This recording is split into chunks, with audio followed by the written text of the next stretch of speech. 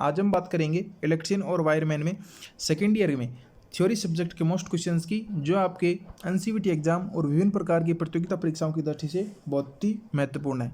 विद्यार्थियों, अगर आप आईटीआई के अंदर इलेक्ट्रिशियन और वायरमैन में सेकेंड ईयर के होने वाले फाइनल एग्जाम की तैयारी कर रहे हैं या इलेक्ट्रिशियन और वायरमैन बेस से किसी भी कंपटीशन की तैयारी कर रहे हैं, तो ये वीडियो आपके लिए बहुत ही महत्वपूर्ण है। आप वीडियो को अंत तक जरूर देखें। आज का अपना पहला क्वेश्चन है कि यदि आईएसआई के अनुसार घोषित वोल्टेज 240 है तो न्यूनतम एकल चरण कार्यशील वोल्टेज कितना होगा। तो यहाँ पे जैसे आपको पता है भाई, जो आपका आईएसआई अनुसार घोषित 240 किया गया है, तो न्यूनतम जो कार्यशील वोल्टेज कितना होगा। तो इसमें अपन देखते हैं, तो यहाँ पे अपने चार ऑप्शन है 233, 228, 216 और 200। तो आपको पता है यहाँ पे अपना बी ऑप्शन राइट आंसर होगा, क्योंकि अप्रोक्सीमेट 5% कम ज़्यादा, तो यहाँ पे अपना बी ऑप्शन राइट आंसर होगा 228 वोल्टेज। नेक्स्ट क्वेश्चन अपना है, किसी भी शब्द से तात्पर्य है कि किसी पदार्थ का द्रव्यमान इलेक्ट्रोलाइट से 1 कूलाम विद्युत द्वारा मुक्त होता है। यानी आपको परिभाषा दे रखी है और शब्द का नाम पूछा गया है, यानी वह किसी पदार्थ का द्रव्यमान इलेक्ट्रोलाइट से 1 कूलाम विद्युत द्वारा मुक्त होता है। तो ए आपका हो गया इलेक्ट्रोलाइट्स, बी आपका इलेक्ट्रोप्लेटिंग, सी आपका इलेक्ट्रोकोपिंग और डी आपका इलेक्ट्रोकेमिकल इक्विपमेंट। तो यहाँ पे अपना इक्विवेलेंट, तो डी ऑप्शन राइट आंसर होगा इलेक्ट्रोकेमिकल इक्विवेलेंट, विद्युत रासायनिक तुल्यांक जिसे अपन कहते हैं। नेक्स्ट क्वेश्चन अपना है, यूपीएस का संक्षिप्त रूप क्या होगा। यानी जो यूपीएस होता है उसकी फुल फॉर्म के बारे में आपसे पूछा गया है। तो चार ऑप्शन आपको दे रखे हैं, तो यहाँ पे आपको पता है डी ऑप्शन अपना राइट आंसर होगा अनट्रप्ड पावर सप्लाई, यानी बिना बाधा के जो आपको सप्लाई मिलेगी वो उसकी फुल फॉर्म होगी आपको यूपीएस, अनट्रिप्ड पावर सप्लाई। तो डी ऑप्शन यहाँ पे आपका राइट आंसर होगा। नेक्स्ट क्वेश्चन अपना है कि आवर्ती कन्वर्ट कौन सा है, यानी जो क्या करे आवर्ती को कन्वर्ट करेगा। ए रेक्टिफायर, बी आपका डीसी चॉपर, सी आपका है साइक्लोन कन्वर्टर, डी आपका है डीसी से एसी कन्वर्टर, यानी जो फ्रीक्वेंसी को कन्वर्ट करे। तो यहाँ पे सी ऑप्शन अपना राइट आंसर होगा साइक्लो कन्वर्टर्स।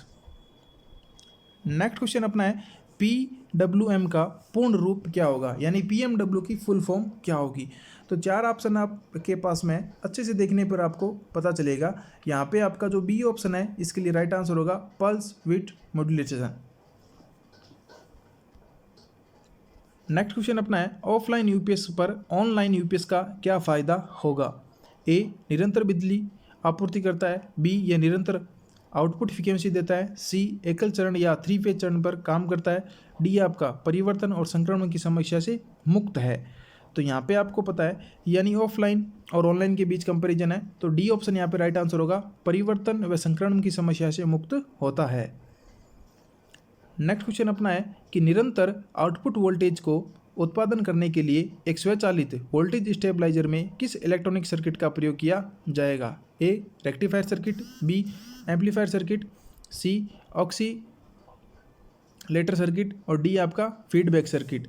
तो यहाँ पे अपना डी ऑप्शन राइट आंसर होगा फीडबैक सर्किट। नेक्स्ट क्वेश्चन अपना है कि स्वचालित वोल्टेज स्टेबलाइजर के लिए किस फीडबैक नेटवर्क का प्रयोग किया जाता है।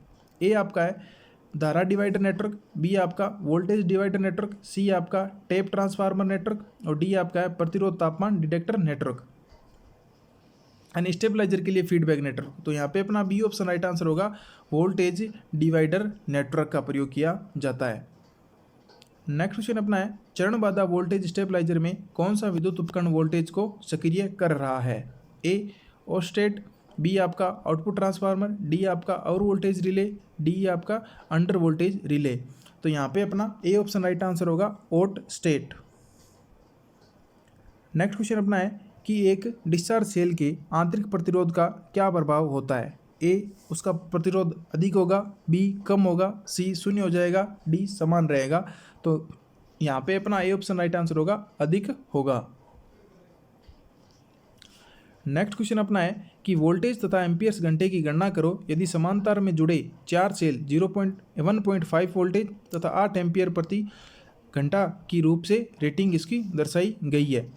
यानी आपने 4 सेलों को जोड़ा है समांतर के अंदर, तो आपको पता है जो उसका वोल्टेज तो क्या रहेगा समान, और उसकी जो एम्पियर घंटा दक्षता है वो बढ़ जाएगी। तो यहाँ पे अपना डी ऑप्शन राइट आंसर होगा, 15 वोल्टेज और 32 एम्पियर प्रति घंटा AH।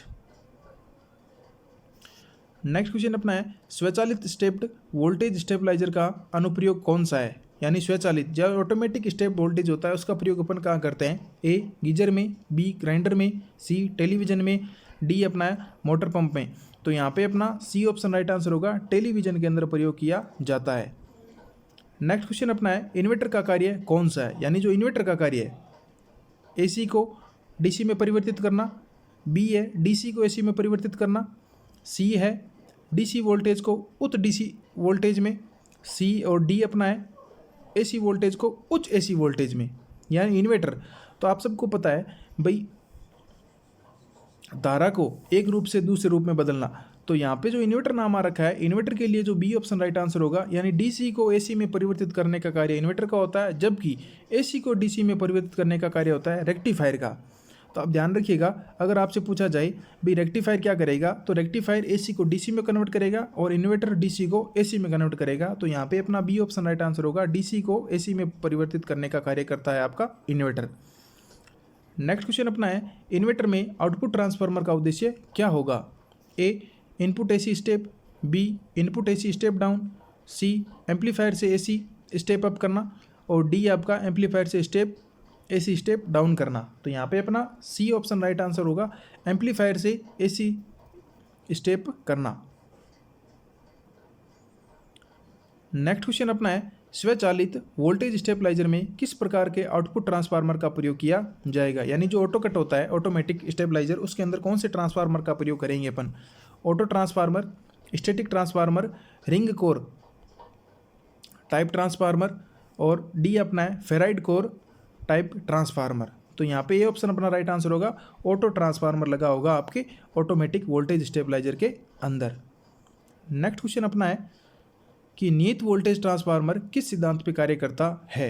A अपना है सेल्फ इंडक्शन, B अपना है फेलिन पोटेंशियल प्रिंसिपल, C अपना है फेरे रेजोनेंट प्रिंसिपल, और D अपना है म्यूचुअल इंडक्शन प्रिंसिपल। तो यहाँ पे अपना जो कांस्टेंट वोल्टेज ट्रांसफार्मर है वो C फेरे अनुनादित सिद्धांत पे कार्य करता है। तो C ऑप्शन अपना राइट आंसर होगा, फेरे रेजोनेंट प्रिंसिपल के सिद्धांत पर।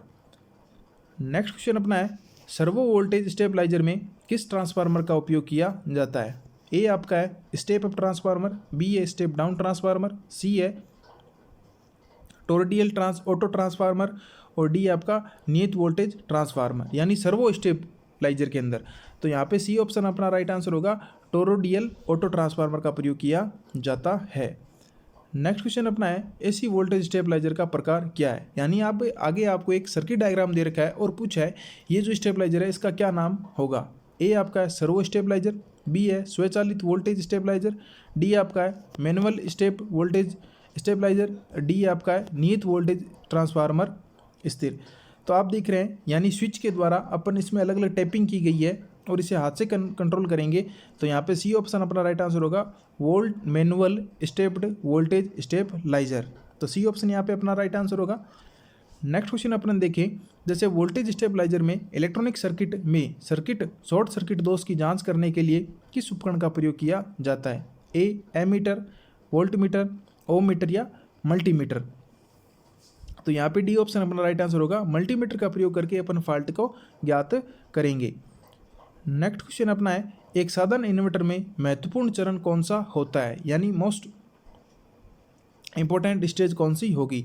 A दोलन व दिष्टकारी चरण, B दोलन व एम्पलीफायर चरण, C एम्पलीफायर व ट्रांसमिशन चरण, और D आपका है दोलन एम्पलीफायर व ट्रांसफार्मर के उत्पादन चरण। तो यहाँ पे आपका D ऑप्शन राइट आंसर होगा, एक इन्वर्टर का इंपॉर्टेंट स्टेज होगा जो दोलक व एम्पलीफायर व ट्रांसफार्मर उत्पादन चरण होगा। ये थे आज का अपने कुछ महत्वपूर्ण क्वेश्चंस जो आपके IIT NCVT एग्जाम और विभिन्न प्रकार की प्रतियोगिता परीक्षाओं की दृष्टि से बहुत ही महत्वपूर्ण है। अगर आपको वीडियो अच्छा लगे तो लाइक शेयर जरूर करें। आप चैनल पर नए हैं तो चैनल को सब्सक्राइब करना ना भूलें। धन्यवाद।